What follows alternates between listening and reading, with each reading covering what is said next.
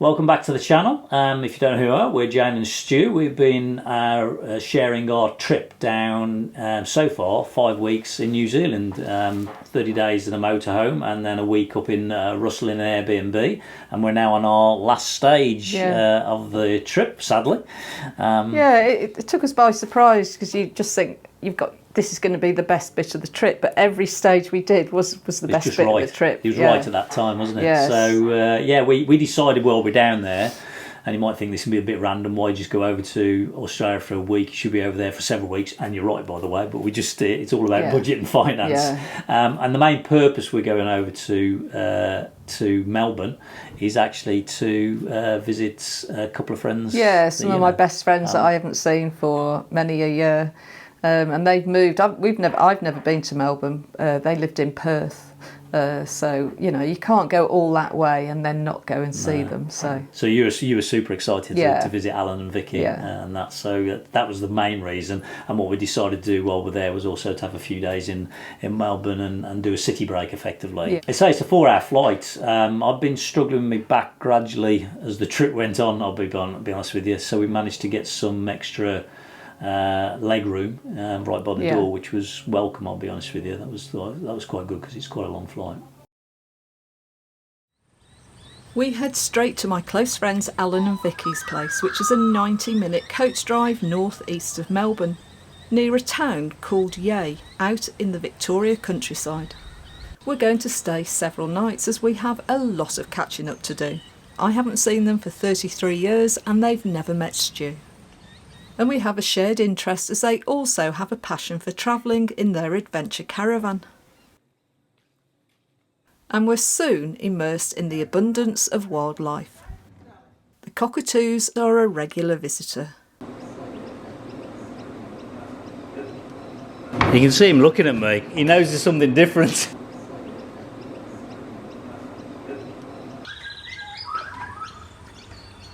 Because normally they're just pure red. Well, yes, so he's still quite young.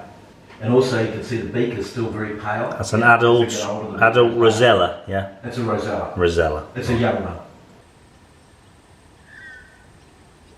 Alan grows most of their fresh food, and being an ex-chef, he soon starts to share knowledge of some great recipes. And his menu tonight of mince and pasta blows us away. And in the meantime, we'll cook the courgette, slice it, and fry it. Yeah. And we're already jealous of their relaxed, simple way of life. And the following day, they take us out for a walk at Tanglefoot Trails.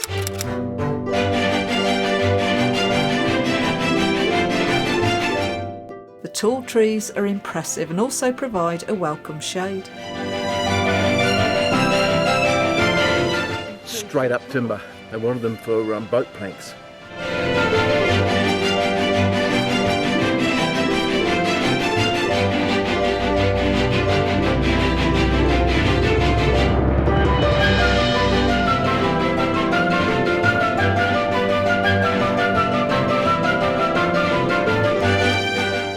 .20 vision with this camera. I can see there's a little lizard up there just drinking water off the side. Yeah, to the left. I can see it. You can see it.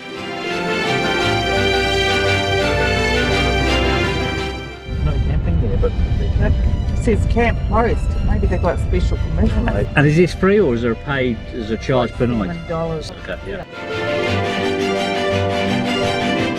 The reason the water's brown is it's tannin from the trees.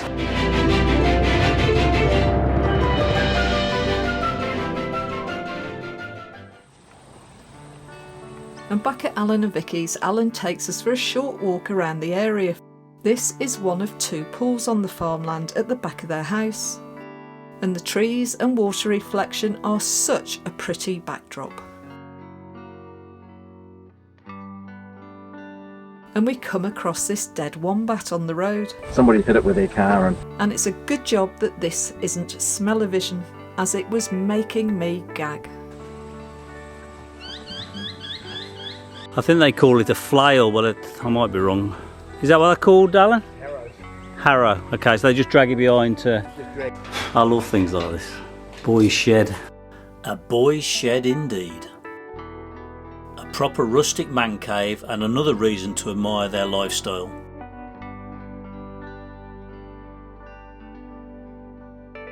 Okay.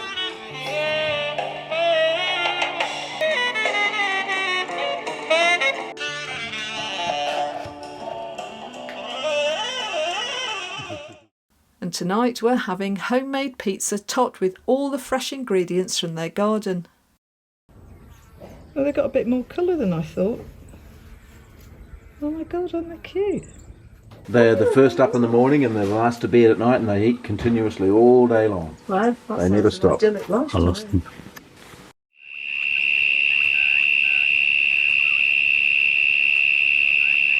So what frogs were they again? Just so I'll put it I in. don't know what the name of. We call them screamer frogs. Screamer frogs or whatever, that's what you call them.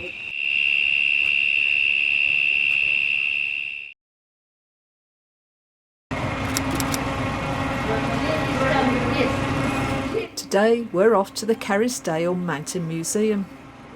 A little ride on this enthusiasts' railway was the mission. We watched the previous group come back, but it's starting to rain lightly. The quirky but passionate husband and wife owners then give the group a tour of the small museum with the story behind each item.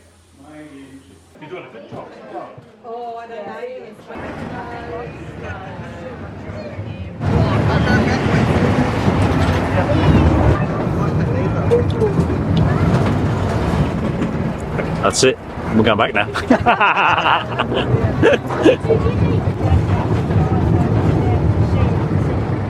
Time for a second attempt, but the incline and the wet rails, despite sand being put on them, result in failure.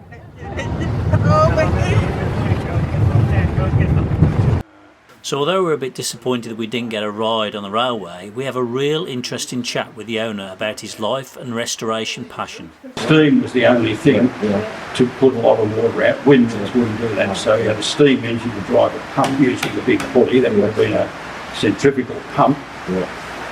This one was running the stone saw in Mount Black Quarry, northwest of Ngambie.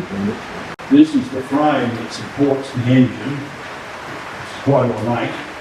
That's the steam cylinder that sits there, and the crank goes around, that thing goes around here. This bit was missing, I've had to make that new, that's the So governor. you've made the governor yourself. On the way back, a quick stop off at the Cheviot Tunnel, which was part of the main railway line from Tallarook to Mansfield, operating between 1883 and 1970. It now forms part of the Victorian Rail Trail for hiking and cycling. The tunnel is made out of 675,000 locally hand bricks. Not that I'm going to count them, of course. Berry Martin. Berry Martin. They're a swallow. And what they do is they fly into those at 100,000 kilometres a second. And stop. And stop dead. They were the ones I told you the other day I saw walking up there.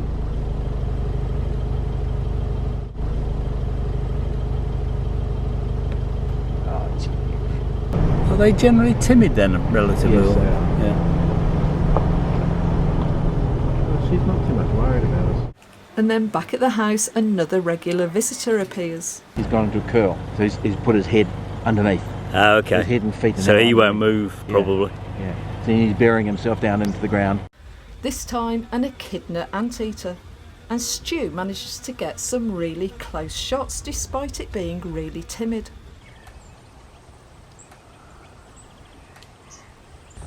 And we go for a walk further from the house, and Alan acts as our knowledgeable guide. Walking here. Then there's been a fire at some stage, because this is all charcoal from grass fire. And there's a welcome swallow's nest there. That's called a swallow's shelf. The swallows rest on that. This is a roosting shelf. The late afternoon sun and blue skies produce some stunning reflections.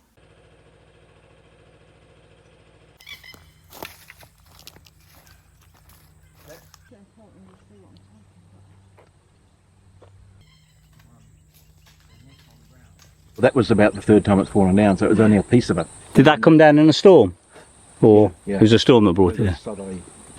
You can see how it's all been eaten out by whitehand all the way up the middle. And then what's happened is the sap's going up the outside and it's grown.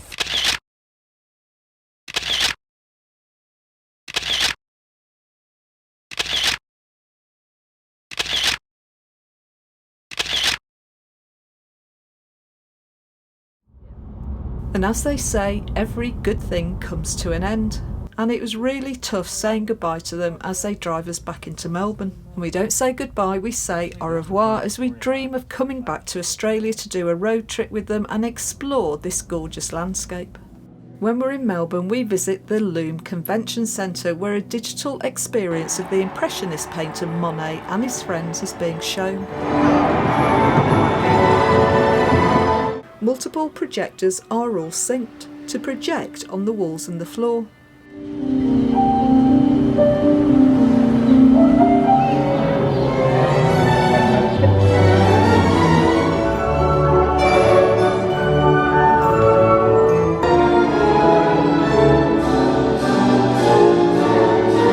And they even have an opportunity to learn to sketch in a side room.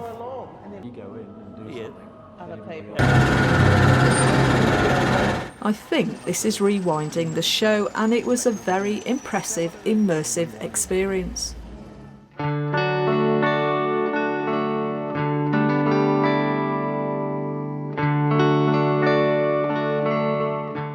final lunch with Alan and Vicky and a few more tears, and we're on our way for a few days of city life.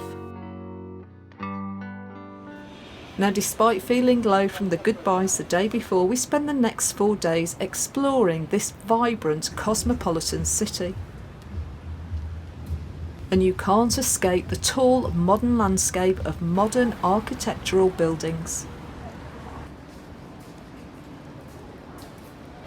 And then on the ground there is the hustle and the bustle of street life and people going about their business.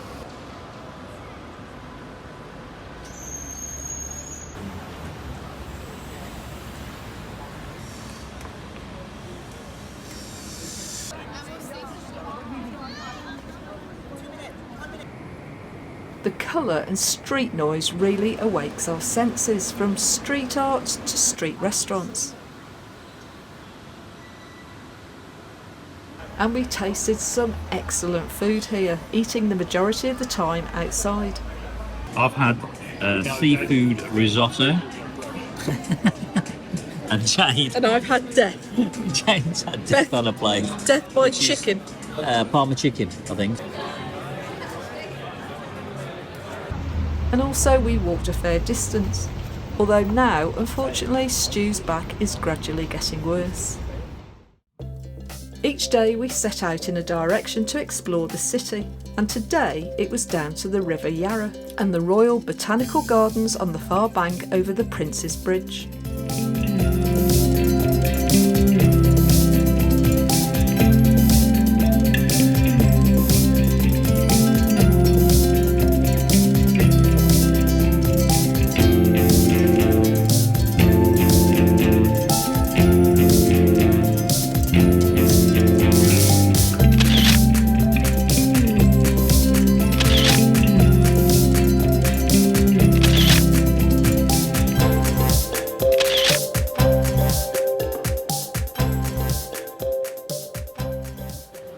We also visited the Queen Victoria Market twice. We had heard it was a must-do location to visit, and I must say the first time in the evening that we went was a little disappointing and was just mainly street food with very few non-food stalls open. But you could get every cuisine you wanted.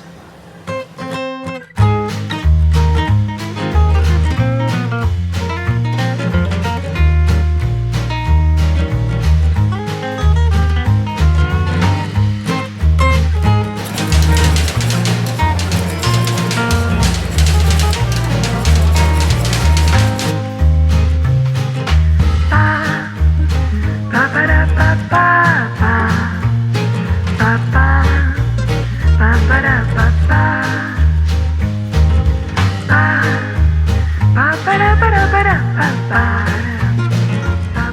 and we ate a bit later at a restaurant in the area. So that there is pork belly. James had the larger lamb shank, mashed potato. We, however, had misunderstood, and the following day we were in for a real treat with the whole market open. And you could tell this was a market locals visit, which is always a good sign, as it was very busy and alive with colour and noise. Meats, cheeses, cakes, fish, oysters, fresh fruit and vegetables, it was all here.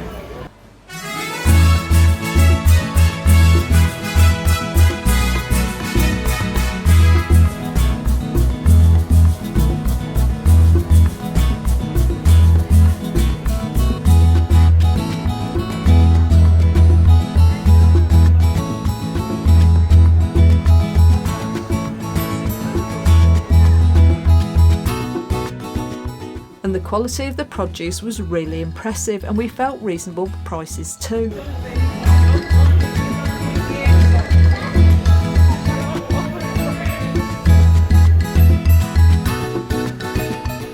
I could only imagine what it would be like to live with this on your doorstep. So if you do visit, make sure you put this on your list of destinations. And a few hours later we find an upstairs bar overlooking the streets, and we sit for a couple of hours just observing the people below.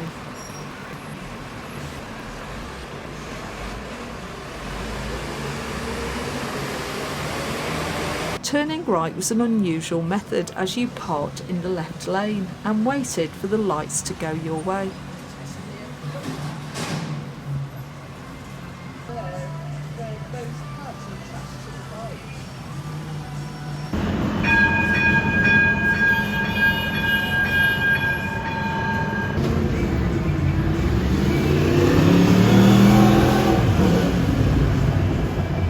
Well, unfortunately, it was time to head home after 6 weeks. It was a pretty sad time leaving Australia. Yeah, We found that quite tough, didn't we? Especially you found it quite tough. Don't stop me. Yeah, well, you know, you see we're going now. You see friends. Got me going now. You see friends, and I haven't seen for ages. It was the first time I met them, by the way. And you suddenly, life's all about people.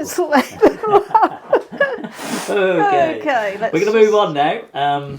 That's what travel gets you see. It's time to go home. I think Melbourne was, as a city, was fantastic. Yeah, beautiful place. It's got a bit of everything for me. It's modern looking. Great vibe about it, isn't it? Yeah, very contemporary vibe. Lots of good food. Lovely food, lovely places to visit. Just to walk around, and the skyline is just it's really dramatic as well. So if you're thinking about going, go. I think that was the. So we're heading back. We're going to catch a flight from Melbourne to Singapore, from Singapore to Frankfurt, from Frankfurt to Birmingham, and then catch a train from Birmingham to our nearby local station, and then catch a taxi home.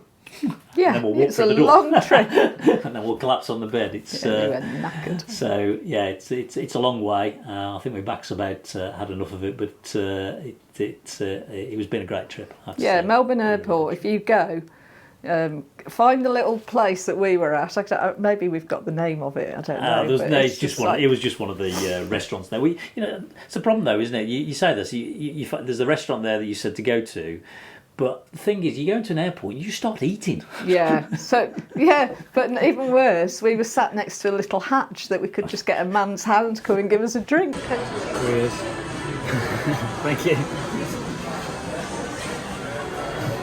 How much do you like that bar?